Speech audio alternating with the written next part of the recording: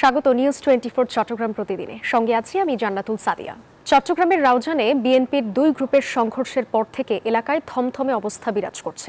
ঘটনার একদিন পেরোলেও এখন পর্যন্ত কোনো মামলা হয়নি। এর আগে মঙ্গলবার বিকেলে রাউজান পৌরসভা সদরে চট্টগ্রাম উত্তর জেলা বিএনপির সাবেক সহ সভাপতি গোলাম আকবর খন্দকার ও কেন্দ্রীয় কমিটির ভাইস চেয়ারম্যান গিয়াসউদ্দিন কাদের চৌধুরীর অনুসারীদের মধ্যে সংঘর্ষের ঘটনা ঘটে। এতে গোলাম আকবর খন্দকার সহ উভয় পক্ষের অন্তত ২০ নেতাকর্মী আহত হন। এ ঘটনার জেরে ওই রাতেই গিয়াসউদ্দিন কাদের চৌধুরীর দলীয় সব পদ স্থগিত করা হয়। পাশাপাশি উত্তর জেলা বিএনপির আহ্বায়ক কমিটিও বিলুপ্ত ঘোষণা করা হয়। চট্টগ্রামে রাউজানে বিএনপির দুই গ্রুপের সংঘর্ষের ঘটনায় জড়িতদের দ্রুত গ্রেপ্তারের দাবি জানিয়েছে রাউজান উপজেলা ও পৌরসভা বিএনপি। বুধবার বিকেলে উত্তর জেলা বিএনপির কার্যালয়ে সংবাদ সম্মেলনে রাউজান উপজেলা বিএনপির সভাপতি অধ্যাপক জসিমউদ্দিন চৌধুরী ও রাউজান পৌরসভা বিএনপি আবু মোহাম্মদ এই দাবি জানান। এই ঘটনা পরিকল্পিত বলে দাবি করেন তারা বলেন, এর আগেও বিএনপি নেতা গিয়াসউদ্দিন কাদের ও বিএনপি নেতা গোলাম আকবর খন্দকারের কর্মীদের মধ্যে সংঘর্ষে মারা গেছেন অনেকেই। চট্টগ্রামের চালের পাইকারি বাজার পাহাড়তলী ও চাকতাইয়ে কমেছে সব ধরনের চালের দাম। পাইকাররা বলছেন, সরকার খোলা বাজারে ৩০ টাকা কেজিতে চাল বিক্রি করায় চালের বাজার কিছুটা নিয়ন্ত্রণে এসেছে। এর আগে বস্তা প্রতি ৩০০ টাকা দাম বাড়লেও কমেছে ৫০ থেকে ৬০ টাকা। এতে খুচরা বাজারে তেমন কোনো প্রভাব পড়েনি। আবু জাবেদের ছবিতে চট্টগ্রাম থেকে নয়ন বড়ুয়া জয়ের রিপোর্টে বিস্তারিত। চট্টগ্রামে বড় চালের মোকাম পাহাড়তলীর চাকতায়। অভিযোগ আছে এই দুই পাইকারি বাজার নিয়ন্ত্রণ করে উত্তরবঙ্গের চাল সিন্ডিকেটরা। এই চাল সিন্ডিকেটদের কাছে জিম্মি চট্টগ্রামের চালের আড়তদাররা। কয়েক সপ্তাহ আগেও চাল সংকটের অজুহাতে যেখানে বস্তাপ্রতি চালের দাম বেড়ে যায় ৩০০ টাকা পর্যন্ত, সেখানে এখন নানা চাপে কমেছে বস্তাপ্রতি ৫০ থেকে ৬০ টাকা পর্যন্ত। বাজার আপাতত কমতির দিকে, তবে খুব একটা আহামরি না। তবে চট্টগ্রামে খাদ্য অধিদপ্তর ৩০ টাকা কেজিতে খোলা বাজারে চাল বিক্রি করায় কিছুটা স্বস্তি ফিরছে বলে মনে করছেন চাল পাইকাররা।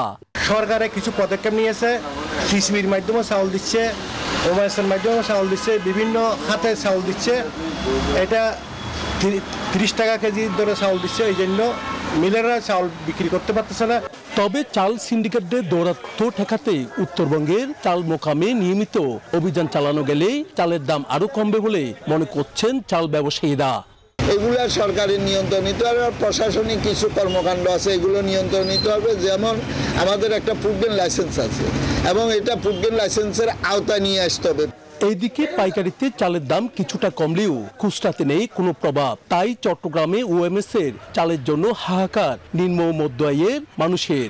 নগরের ৪১টি ওয়ার্ডে একযোগে ৩০ টাকা কেজিতে চাল বিক্রি করা হচ্ছে বলে জানিয়েছেন খাদ্য অধিদপ্তরের এই কর্মকর্তা। আমরা চট্টগ্রাম মহানগরীতে ২১টা ওয়ার্ডে ২১টা পয়েন্টে আমরা চাল এবং আটা বিক্রি করি। প্রতিদিন ১ টন চাল এবং ১ টন আটা আমরা বিক্রি করি এবং এটা খুব মানুষ, সাধারণ মানুষ খুব লাইন ধরে এই চালগুলি নিচ্ছে না। তবে খুচরা বাজারেও তদারকি করার দাবি ভোক্তাদের। নয়ন বড়ুয়া জয়, news 24 Chittagong.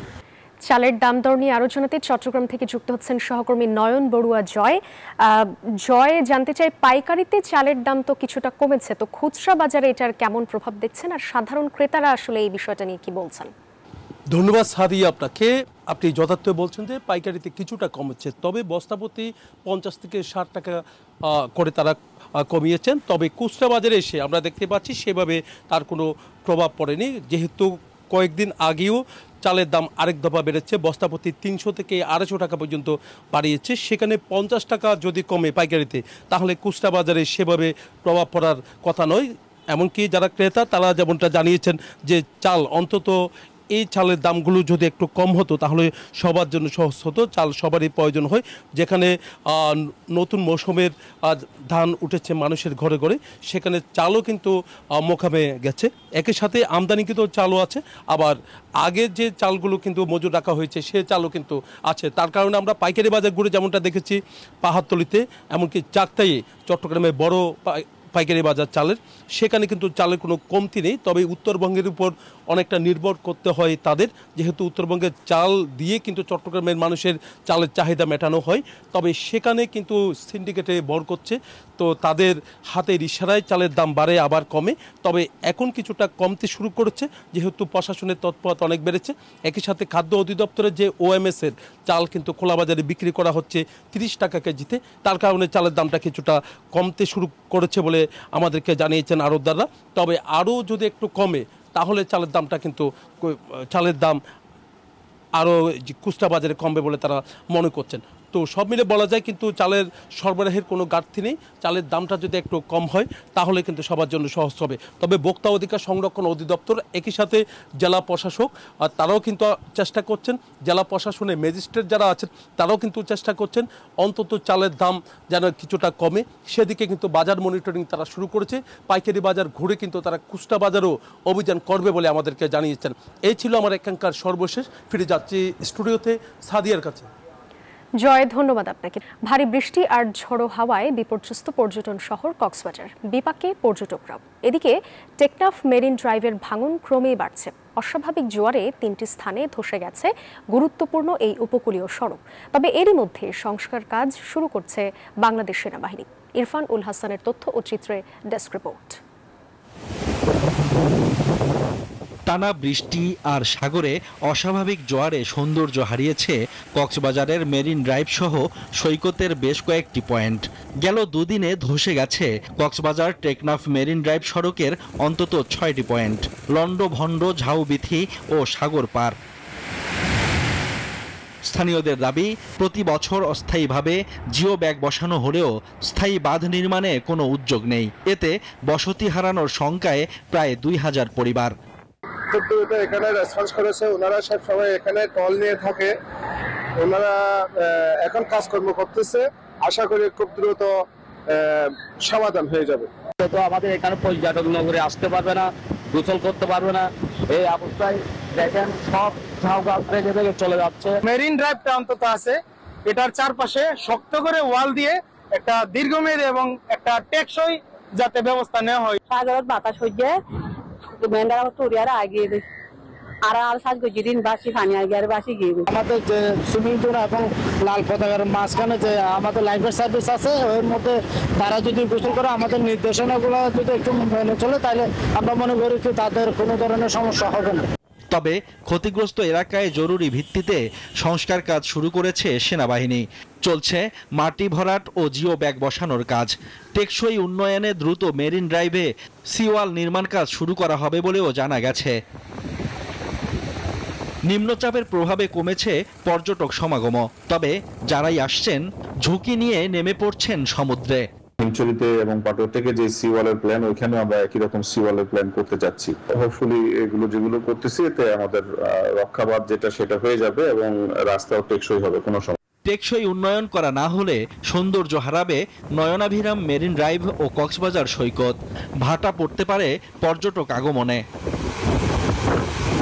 Desk report, news 24।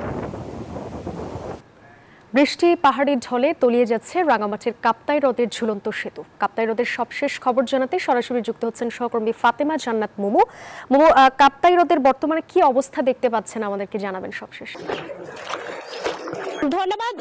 আপনি যেমনটি বলছিলেন, রাঙামাটি কাপ্তাই হ্রদের পানিতে ডুবে গেছে রাঙামাটি পর্যটন কমপ্লেক্সের, যাকে সিম্বল অফ রাঙামাটি বলা হয়, সেই ঝুলন্ত সেতুটি।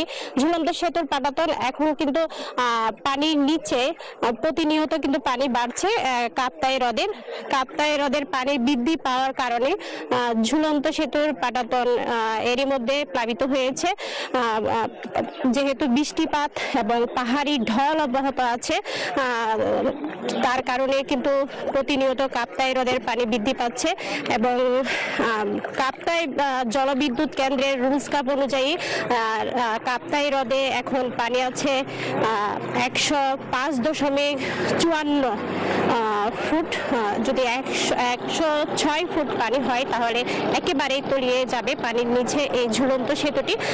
এরই মধ্যে কিন্তু পর্যটন কর্তৃপক্ষ কিন্তু ঝুলন্ত সেতুর উপর পর্যটকদের স্থানীয়দের কিন্তু পারাপার নিষিদ্ধ ঘোষণা করেছে, কিন্তু এরপরও যেহেতু ব্যারিকেড দেওয়া হয়নি, গেট খোলা রাখা হয়েছে, সেজন্য কিন্তু অনেক মানুষ আমরা দেখতে পাচ্ছি ঝুঁকি নিয়ে ঝুলন্ত সেতুর উপর কিন্তু দাঁড়িয়ে আছে, ছবি তুলছে, প্রকৃতির যে রূপ বৈচিত্র্য সেটি উপভোগ করছে।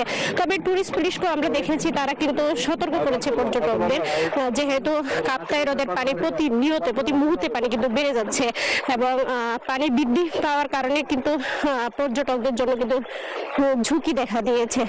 বিশেষ করে যেসব পর্যটকের সাথে ছোট বাচ্চা আছে তাদেরকে কিন্তু এই ঝুলন্ত সেতুর উপর ঘোরাঘুরি করতে একেবারে নিষেধ করা হয়েছে, কিন্তু অনেকেই নিষেধাজ্ঞা মানছেন না, যেহেতু এই ঝুলন্ত সেতু দেখার জন্য তারা কিন্তু টিকিট সংগ্রহ করেছে। টাকা দিয়ে টিকিট সংগ্রহ করার কারণে কিন্তু তারা এই ঝুলন্ত সেতুতে কিন্তু ঘুরে বেড়াচ্ছে। কাপ্তাই হ্রদের পানি যেহেতু বৃদ্ধি পাচ্ছে, এই সেতুটি একেবারেই তলিয়ে যাবে এমনটি আশঙ্কা করা হচ্ছে। প্রতি বছর বর্ষা মৌসুমে কিন্তু আমরা দেখতে পেয়েছি বর্ষা এবং পাহাড়ি ঢলের কারণে রাঙামাটির এই ঝুলন্ত সেতু। মোমো, ধন্যবাদ আপনাকে। নানা আয়োজনের মধ্য দিয়ে চট্টগ্রামে বিশ্ব হেপাটাইটিস দিবস পালিত হয়েছে। দিবসটি উপলক্ষে এভারকেয়ার হাসপাতালে আলোচনা সভার আয়োজন করা হয়। এ সময় বিশেষজ্ঞ ডাক্তাররা লিভার স্বাস্থ্য সম্পর্কে সচেতনতা, সময়মতো রোগ নির্ণয় এবং দ্রুত চিকিৎসা গ্রহণের প্রয়োজনীয়তার উপর গুরুত্ব আরোপ করেন। এ সময় হেপাটাইটিস রোগ প্রতিরোধে আগাম শনাক্তকরণ, টিকাদান এবং সচেতনতা বৃদ্ধির মাধ্যমে লিভারের সুস্বাস্থ্য নিশ্চিত করার তাগিদ দেন বক্তারা।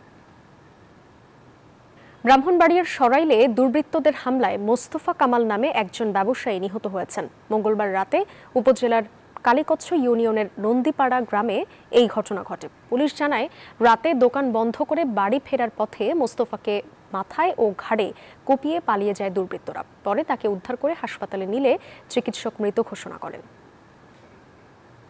নোয়াখালীর কোম্পানিগঞ্জে যৌতুকের জন্য গৃহবধূ পপি হত্যায় জড়িতদের বিচারের দাবিতে মানববন্ধন হয়েছে। বুধবার দুপুরে উপজেলার বসুরহাট 0 পয়েন্টে এই মানববন্ধন হয়। এ সময় বক্তারা অভিযোগ করেন, নিহত গৃহবধূকে যৌতুকের জন্য তার স্বামীসহ শ্বশুর বাড়ির লোকজন বুধবার রাতে শ্বাসরোধ করে হত্যা করে।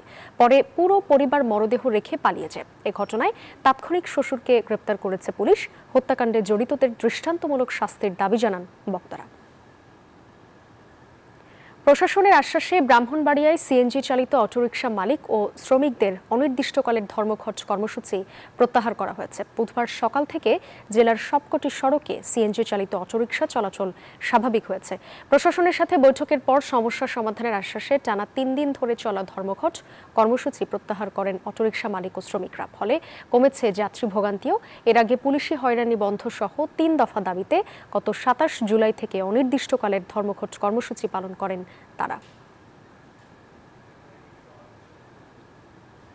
রেড শিডিউলে 80% বৃদ্ধির দাবিতে মানববন্ধন করেছেন পল্লী বিদ্যুৎ মিনি ঠিকাদাররা। বুধবার সকাল 11টায় কুমিল্লা পল্লী বিদ্যুৎ সমিতি 2 এর তত্ত্বাবধায়ক প্রকৌশলীর কার্যালয় প্রাঙ্গণে এই কর্মসূচি পালিত হয়।